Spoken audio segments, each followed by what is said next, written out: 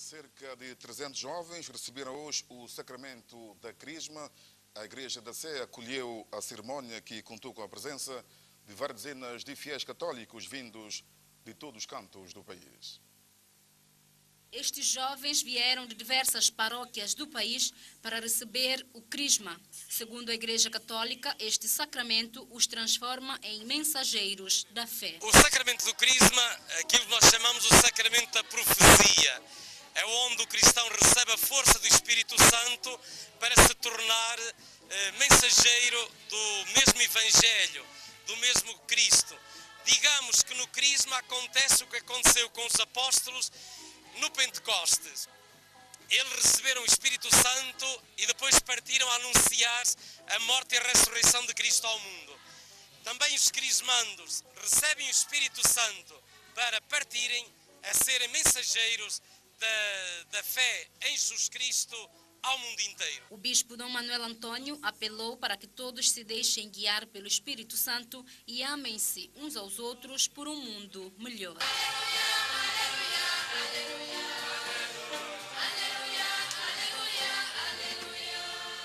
É o dia do Pentecostes, é o dia da Igreja, é o dia em que nós recordamos o início desta Igreja de Jesus Cristo.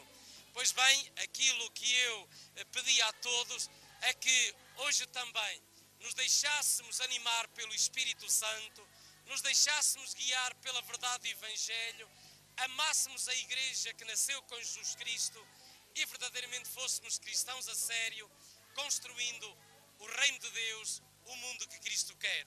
Mundo de paz, de justiça, de amor. Para os crismandos, este momento simboliza o crescimento na fé. Receber o sacramento da Crisma significa entrar uma vida de soldado de Cristo, significa dar continuidade à missão dos apóstolos.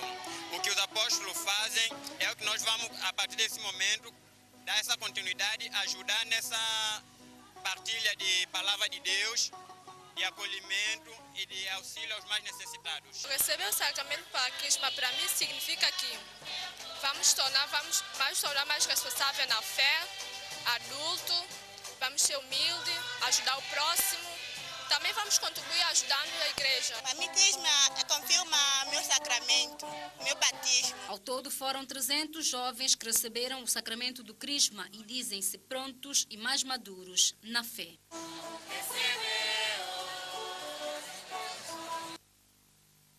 Enquanto isso, a Igreja Pentecostal Jesus Cristo é a Salvação realiza desde hoje e durante 8 dias nos seus centros religiosos uma conferência internacional. Cristo, ponto de referência para Santo Tomé e Príncipe, é o tema desta conferência.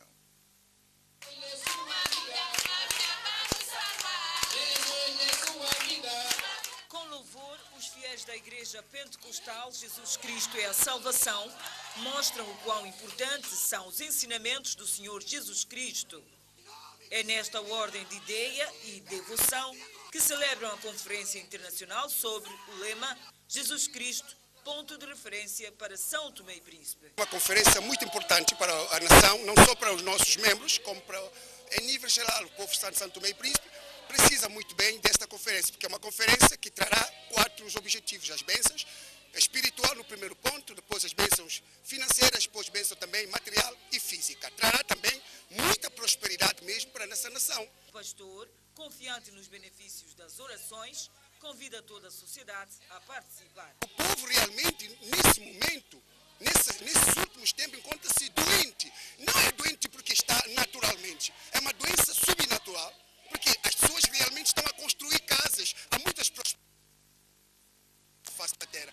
Mas há uma outra doença, que é a doença espiritual. Se as pessoas não olham para Jesus, não haverá prosperidade.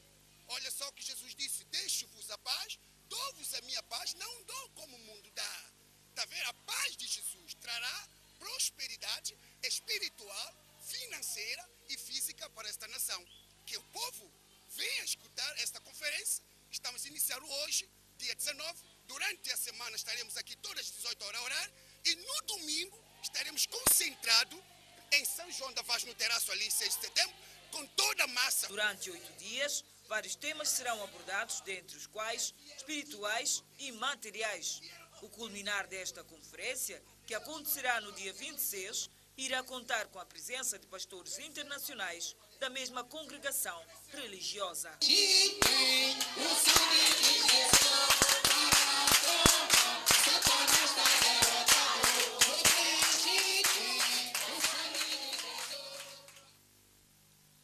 O secretário-geral da Organização Nacional dos Trabalhadores de Santo Tomé e Príncipe, Central Sindical, denunciou que existem empresas públicas e privadas que não pagam a segurança social. João Tavares, que esteve esta semana no programa Linha Direta, considera que estas ações poderão ser tipificadas de crimes. O próprio Estado, alguns serviços, tem pessoas sobre regime de contrato e dizem que a pessoa sobre regime de contrato não paga a segurança social. Isto é crime. Porque o Estado faz isso para fugir da responsabilidade. Porque o Estado tem, o empregador, se for Estado ou privado, tem que pagar 6% sobre a remuneração desse trabalhador. E aí, como na forma de fugir essa responsabilidade com 6%, então seduz o trabalhador a não pagar o 4%. A setor privado diz, não faz sentido pagar a segurança social, porque aquilo paga miséria. Está bem, paga miséria porque o patronato paga o trabalhador miséria. Porque há empresas que o trabalhador a ir para a reforma tem uma boa pensão de reforma, que o trabalhador na vida ativa não ganha. Portanto, isso tem a ver com a poupança da pessoa. E outra questão que o Estado, o patronato faz, é descontar o trabalhador sobre o salário de base, quando os subsídios permanentes constantes são dobro ou 3 do salário de base. E quando vai para a reforma, ele só vai com aquilo que é salário de base. Portanto, há uma série de injustiças que eu acho com muitas violações. Com esse acordo que o governo assinou com o OIT, há que ser prudente.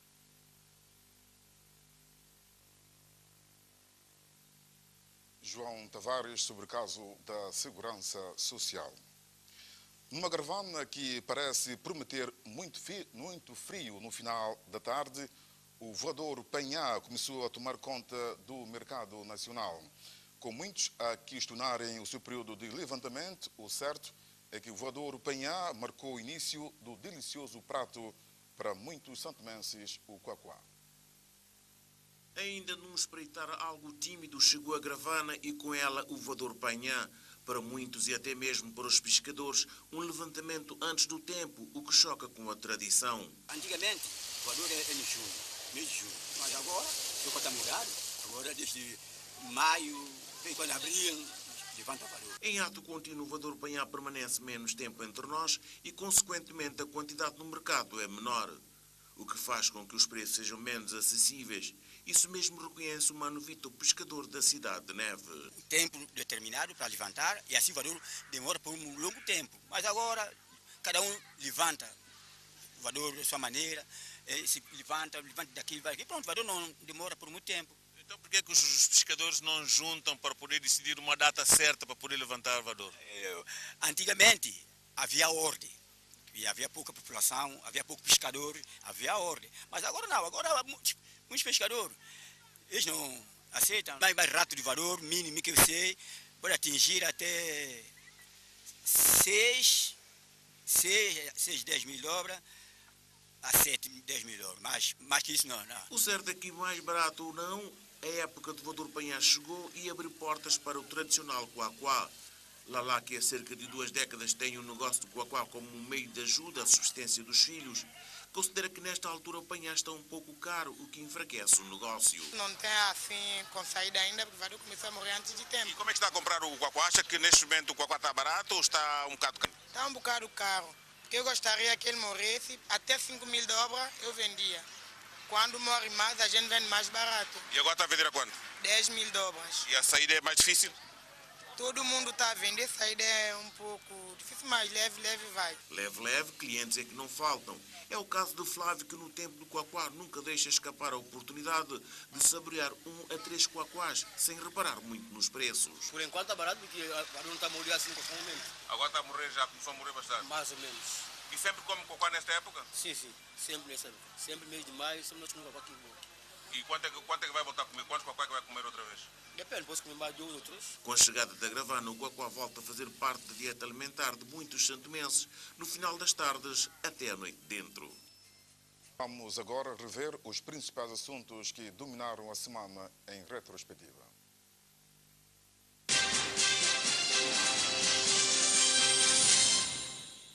O Partido da Ação Democrática Independente, ADI, apresentou na quarta-feira uma denúncia pública à Procuradoria-Geral da República sobre alegados atos de corrupção que envolvem o ministro da Agricultura, Pescas e Desenvolvimento Rural, incluindo alguns responsáveis da direção das pescas. Em causa está, entre outros assuntos, o acordo assinado entre o governo santomense e uma empresa espanhola sobre a exploração pescatória em São Tomé e Príncipe. Nós viemos apresentar uma denúncia pública, tendo em conta que nós temos em mãos documentos que provam que há fortes indícios de prática de crimes de corrupção. O ministro da Agricultura, Pescas e Desenvolvimento Rural, Antônio Dias, em conferência de imprensa, negou qualquer envolvimento nos atos de cooperação. O ministro disse que deu instruções para a extinção da empresa Só Pescozer e defendeu que o seu governo tem estado a lutar contra a corrupção. Antônio Dias afirmou ainda ter orientado seus serviços para proceder à abertura de um inquérito para apurar responsabilidades. E enviaram-me uma ata, como estão a ver, enviaram uma ata da Assembleia Geral, realizada no dia 14 de maio, fizeram com o objetivo de extinguir a empresa. Como quem diz, a empresa foi extinta em 14 de maio de 2013, esta semana. O presidente do Supremo Tribunal pede ajuda urgente ao governo para implementar reforma no setor da justiça com alocação de verbas de forma a dar respostas às reformas que devem ser implementadas no setor. O pedido de José Bandeira foi feito numa audiência com o primeiro-ministro Gabriel Costa. Porque se pretende reformar a justiça. E a reformar a justiça deve começar a pensar em reformar a justiça partindo pressuposto que a reforma impõe-se o melhor funcionamento. A comissão responsável pela elaboração da Agenda de Desenvolvimento pós-2015 para São Tomé e Príncipe desdobrou-se em vários encontros de auscultação. A equipa nacional encontrou-se com o primeiro-ministro, os deputados da Assembleia Nacional e os partidos políticos. Uma auscultação que visou colher subsídios para a elaboração do documento. Com o objetivo de atualizar o anterior Código Comercial que vigora desde 1889, foi realizado esta semana um seminário para a validação do Código Comercial e das sociedades comerciais no Palácio dos Congressos. A escritora brasileira Conceição Evaristo, que se encontra no país, reuniu-se com escritores santomenses na sede da UNIAS para falar da sua relação com a literatura. O Sindicato dos Professores e Educadores de São Tomé e Príncipe ameaça paralisar as aulas caso o Ministério da Educação não resolva as suas reivindicações, principalmente o Estatuto de Carreira Docente. O descontentamento do Simprestep foi ouvido durante um encontro com os delegados sindicais de todas as escolas do país.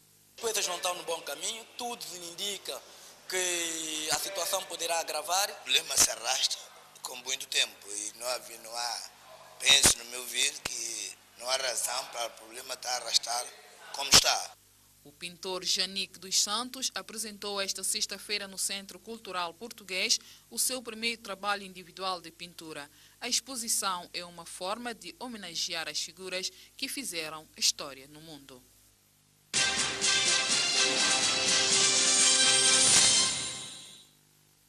Para o nosso comentário da semana, começo por saudar o Olívio Diogo. Boa noite. Uma das questões que dominou a semana foi a questão do Ministro da Agricultura versus Direção das Pescas. O ADI fez uma denúncia, pediu a cabeça do Ministro, o Ministro veio negar tudo, o PSD saiu em defesa do Ministro. Do seu ponto de vista, qual é o seu comentário face a essa questão? Boa noite, caros telespectadores. Bom, João, estamos realmente perante um caso com várias peripécias, tendo em conta um conjunto de documentações em que eu tive acesso.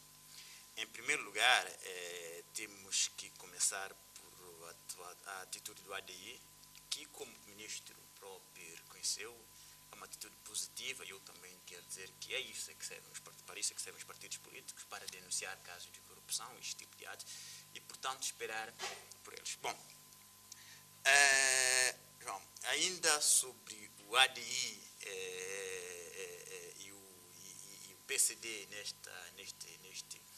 nesta problemática, é preciso dizer que houve uma pequena incongruência, no meu entender, da parte do ADI, porque quando o ADI faz a apresentação da denúncia, o ADI diz que o ministro devia pedir a sua pediu a cabeça do ministro, a sua demissão. A sua demissão. Mas o ADI depois reage quando o PCD vem no comunicado da solidariedade do ministro. O ADI diz que o PCD não deveria apresentar a solidariedade ao ministro porque o caso ainda estava no segredo da justiça. Bom, se o caso está na justiça, então o ADI também não devia pedir a cabeça do ministro a princípio. Bom, portanto, essa era a primeira nota. Bom, entrando no caso específico. Bom, João, há vários elementos que é preciso nós tocarmos muito rapidamente. O primeiro tem a ver com o facto do ministro ter dito na comunicação social que a empresa existe desde 2006, que existia uma empresa, portanto, estamos a falar de uma empresa que é Cipesca, que existia desde 2006, e depois, se a empresa existe desde 2006, é preciso saber os atos da empresa e, sobretudo, saber, primeiro assunto que deve, a primeira matéria para a investigação é saber se os ministros que por lá passaram, eu tenho aqui uma lista dos ministros que lá passaram, estamos a falar de 2006, né? Se é que é verdade que existem empresas nessa altura, passou a Cristina Dia, Francisco Rita, Xavier Mendes, Agostinho Fernandes, depois esse ministro, para saber se realmente esses ministros tinham ou não conhecimento da existência da empresa. Bom, a segunda coisa que temos que ver, João, tem a ver com a atitude do ministro nesta situação toda. Portanto, é preciso dizer que esta empresa de que falamos agora é uma empresa nova que foi criada para substituir uma outra. Portanto, isso é preciso dizer. Bom, e esta que foi criada agora para substituir a outra, a nome do ex-diretor das pescas e o atual diretor da pesca fazem parte desta empresa que, no meu entender, é uma empresa que foi criada simplesmente para, num ato de corrupção e atuando. Bom, o que é importante nós percebermos é que esta empresa foi criada para substituir o acordo que já existia com a União Europeia. É preciso que se tenha, em primeiro lugar, esse aspecto. Para substituir o acordo que São Tomé e Príncipe já tinha com a União Europeia. Bom, ao substituir esta atual empresa pela União Europeia, é preciso que se diga à população quais são as razões que levam à substituição da União Europeia por esta empresa. Neste ponto, bom, temos uma pequena peripécia em relação ao PRDM do ministro, que foi alterado, o ministro depois diz que vai devolver, portanto, são aspectos também para a investigação. Não é? Mas há um elemento que nós não podemos deixar de frisar, João, que tem a ver justamente com depois o ministro diz que deu instruções para dissolver a empresa. Pronto, aqui, bom, depois o ministro exibiu uma ata em que a empresa já foi dissolvida. Bom, aqui eu preciso saber duas coisas. A primeira coisa, se o ministro tem competência para dar instruções para dissolver a empresa, sendo que ele não é sócio da empresa, os outros cumpriram, também é preciso perceber.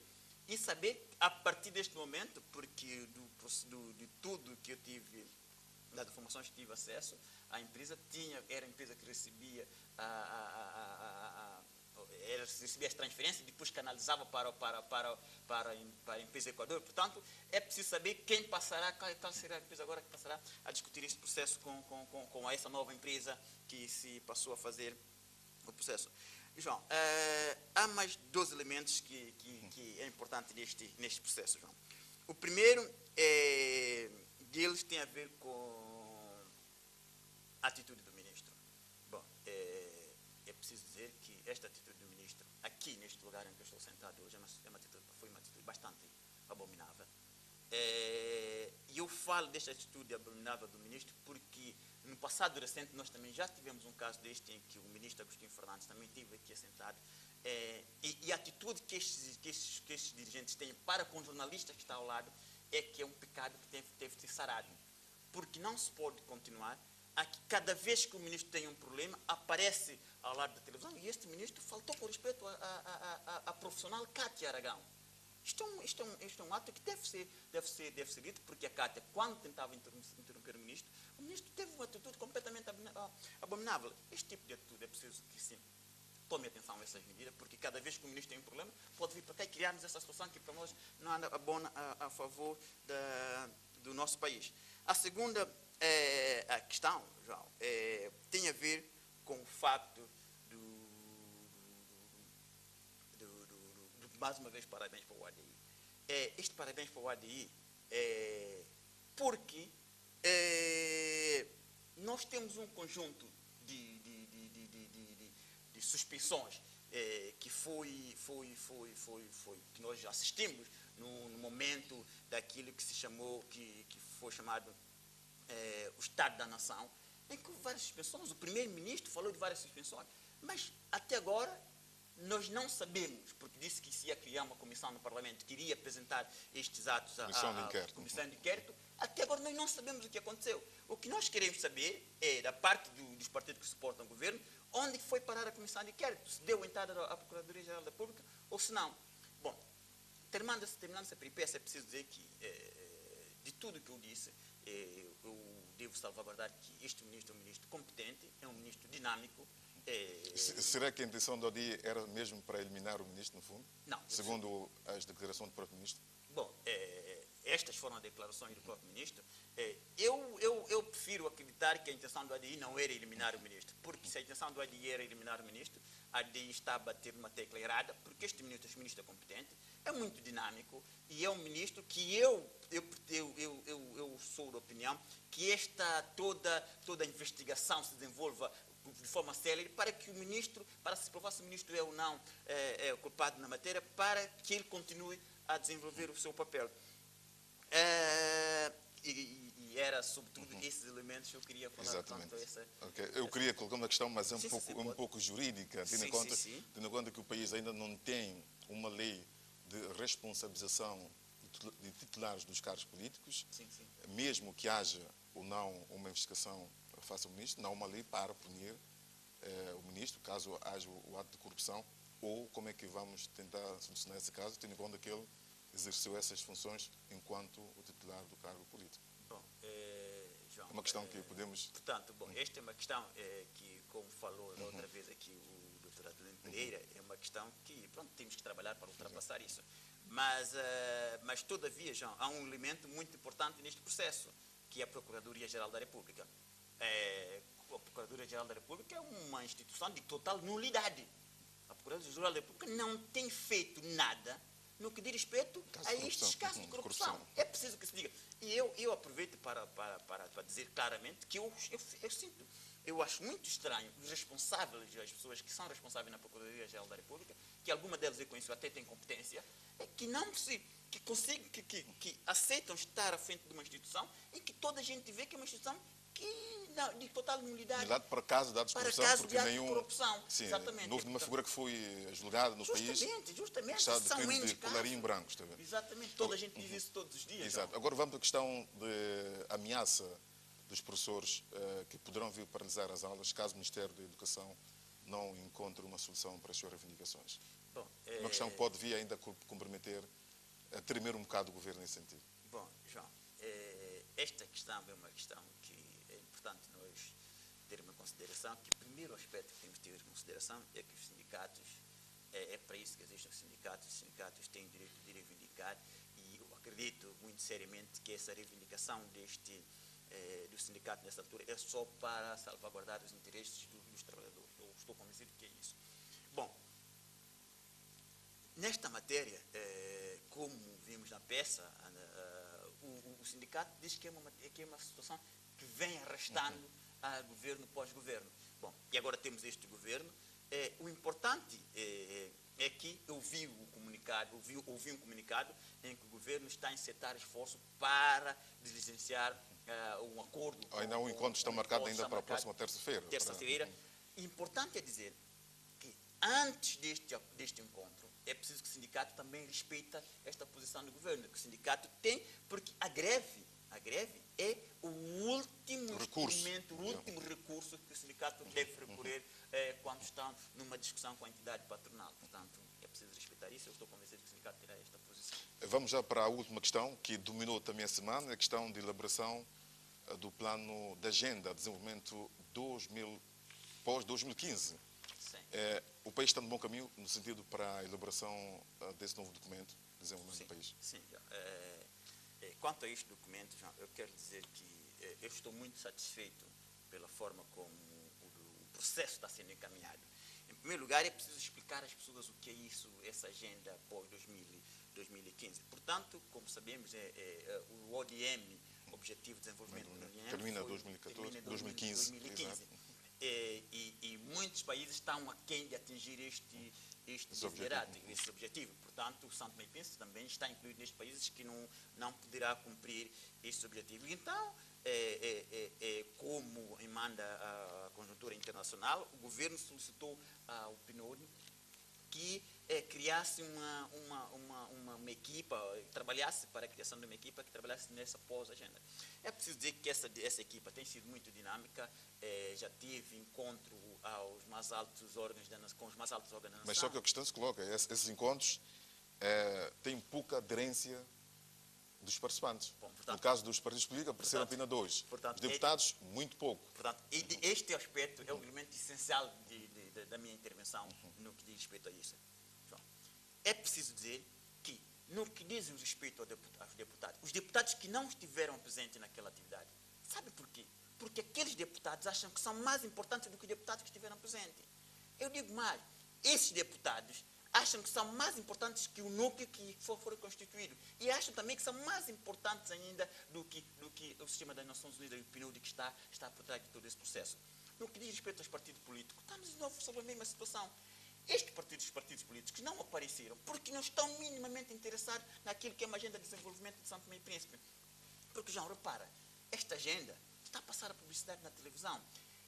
Criou-se um núcleo, tem elemento da sociedade civil. Este núcleo, por entender que é uma matéria complexa, voltou a recrutar jovens quadros nacionais para fazer parte do núcleo. Aqui é uma questão de nós realmente estarmos interessados em desenvolver São Tomé e Príncipe, estarmos interessados em partir para uma agenda de desenvolvimento para São Tomé e Príncipe. É uma agenda, é preciso dizer, de encontros, de conversa que tive com elementos do núcleo que está a elaborar esta agenda. Haverá inquéritos para a população participar. Portanto, é uma agenda que será elaborada de acordo com uma projeção inclusiva, onde todos os atores poderão participar e dar a sua opinião. Por isso é uma pena que os partidos políticos continuam numa atitude que ninguém consegue perceber em relação àquilo que é desenvolvimento real de São Tomé e Príncipe. Ok, muito obrigado, Olívio Diogo. Sim, e assim, queria também... Sim. Eu antes tomei agora a mania de sempre vir e apresentar um livro para que os telespectadores também tentem saber voltar a estimular as pessoas à leitura. Portanto, hoje eu trouxe este livro, que este é um livro de Pepe Tela, que é O Desejo de Kianda. Este é um livro em que o Pepe Tela, um livro antigo de 95, e o Pepe Tela traça aquilo que é os atos de corrupção que em Angola. Pepe Tela fala, sobretudo, da forma como as pessoas que têm um salário baixo, magro em Angola, vão criando corrupção desde a base até o topo. Portanto, é uma questão que pode... que realmente é interessante para as pessoas poderem ler. Okay. É um livro muito interessante, João. Ok, muito obrigado, Olívio Diogo. E assim concluímos este espaço informativo. Em nome de toda a equipa, boa noite.